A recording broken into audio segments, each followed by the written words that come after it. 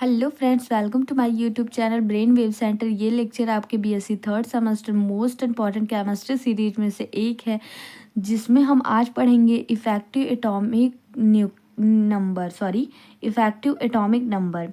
तो EAN इसको short form में लिखते हैं। और ऐसे ही काफ़ी सारी मोस्ट इम्पॉर्टेंट टॉपिक्स के वीडियो मैं अपलोड कर चुकी हूँ, उसका एक प्लेलिस्ट बना दी हूँ। अगर आप लोगों ने अभी नहीं देखा है वो लेक्चर्स तो जाकर देख लीजिए, क्योंकि वो भी ये बहुत मोस्ट इम्पॉर्टेंट है। उसमें सभी long answers questions with notes provide किए गए हैं। सो आप सभी ने नहीं देखा है तो जाकर चेकआउट कीजिए उसको। तो देखिए, इफेक्टिव एटॉमिक नंबर कैसे फाइंड आउट करते हैं। इसका एक फॉर्मूला होता है EAN = Z - X+2Y होता है। ये क्या होता है? फॉर्मूला होता है। Z यानी होता है atomic number of central metal atom, and X क्या होता है? Oxidation state of central metal atom, and Y क्या होता है? नंबर ऑफ लिगेंड्स होते हैं। तो यहाँ पर देखिए, एक मैंने एग्जांपल ले लिया हुआ है K4F6CN6। ये क्या है? इसमें F जो है हमारा ये सेंट्रल मेटल एटम है, CN जो है वो लिगेंड है, और F4 ये क्या है? हमारा कोई भी एक एलिमेंट्स है। देखिए यहाँ पे ये जो है हमारा जेड क्या रिप्रेजेंट करता है? एटॉमिक नंबर सेंट्रल एटम का। तो सेंट्रल एटम एफ है, तो एफ का एटॉमिक नंबर 26 हो जाएगा। एंड एक्स क्या रिप्रेजेंट करता है? Oxidation state of central metal atom. अब इसका ऑक्सीडेशन स्टेट कैसे हम फाइंड आउट करेंगे, तो उसको भी देखिए। ऑक्सीडेशन स्टेट फाइंड आउट करने के लिए हमें क्या करना होगा? अब देखिए, इस कॉम्प्लेक्स का ऑक्सीडेशन स्टेट फाइंड आउट करने के लिए ये जो K4 है, तो पहले K4 यानी ये पॉजिटिव में है, तो इसको हम क्या लिखेंगे? ओनली 4, फिर पॉजिटिव। देन अगर जिसका फाइंड आउट करना होता है ऑक्सीडेशन, तो उसको क्या लेट कर लेते हैं? X। तो हमें F का फाइंड आउट करना है, तो F को क्या लेट कर लिया? X मैंने। देन CN6 है, तो CN पे 1 निगेटिवली चार्ज होता है, तो 6 है CN, यानी कि एक CN पे 1 निगेटिव चार्ज होता है, तो 6 CN है, यानी 6 निगेटिव चार्ज होंगे। तो -1 × 6 हो जाएगी = वो 0 हो जाएगा। तो 4 + X + -6 = 0। देन 4, अगर -6 में से 4 जाएगा तो -2 बचेगा। X - 2 = 0।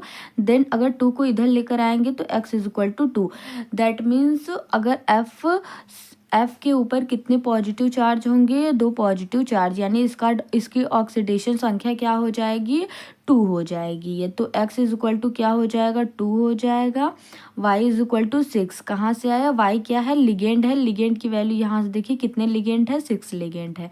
सो Y की वैल्यू 6 आ गई। अब EAN की फॉर्मूला लगाएंगे, तो Z - X+2Y। तो Z की वैल्यू 26 है, माइनस X की वैल्यू 2 है, देन 2 × Y की वैल्यू 6 है। तो यहाँ से ये वैल्यू हमें फाइंड आउट हो जाएगी। तो इसकी वैल्यू क्या हो जाएगी? 36 हो जाएगी इस कॉम्प्लेक्स की। वैसे ही एक और एग्जांपल है। अब इसकी वैल्यू फाइंड आउट करनी है, तो यहाँ से देखिए Z की वैल्यू 26 हो जाएगी, क्योंकि ये Fe है। और यहाँ से देखिए ये भी FE था आपका, F6 नहीं, FE था। तो यहाँ से देखिए Z की वैल्यू Fe हो जाएगी। H2O6 ये क्या है? हमारे लिगेंड है। ये सेंट्रल मेटल एटम है, इस पर 2 पॉजिटिव चार्ज है, तो Z यानी central metal atom 26। Then X की वैल्यू क्या हो जाएगी? लिगेंड X की वैल्यू यानी oxidation number of the central metal atom. तो ऑक्सीडेशन नंबर कैसे फाइंड आउट की थी? मैंने अभी बताई थी।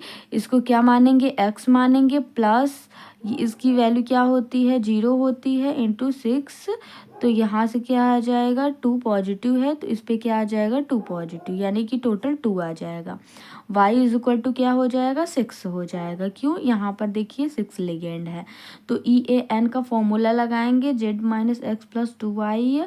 अब Z की वैल्यू 26 है, माइनस X की वैल्यू 2 है, एंड प्लस 2 की value 2 as it is. Y की वैल्यू 6 है। This 36 is the answer.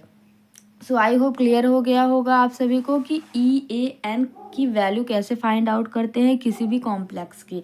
So I hope समझ में आ गया होगा। तब तक के लिए आप लोग अच्छे से पढ़ते रहिए। एग्ज़ाम पास में है, तो जल्दी जल्दी मैं वीडियो अपलोड कर रही हूँ, और आप सभी ये शेयर करते जाइए, ताकि और सभी आपके फ्रेंड्स की मदद हो सके। और पसंद आ रही हो वीडियोस तो लाइक कीजिएगा, चैनल को सब्सक्राइब कर लीजिए अगली वीडियो की नोटिफिकेशन पाने के लिए। तब तक थैंक यू सो मच।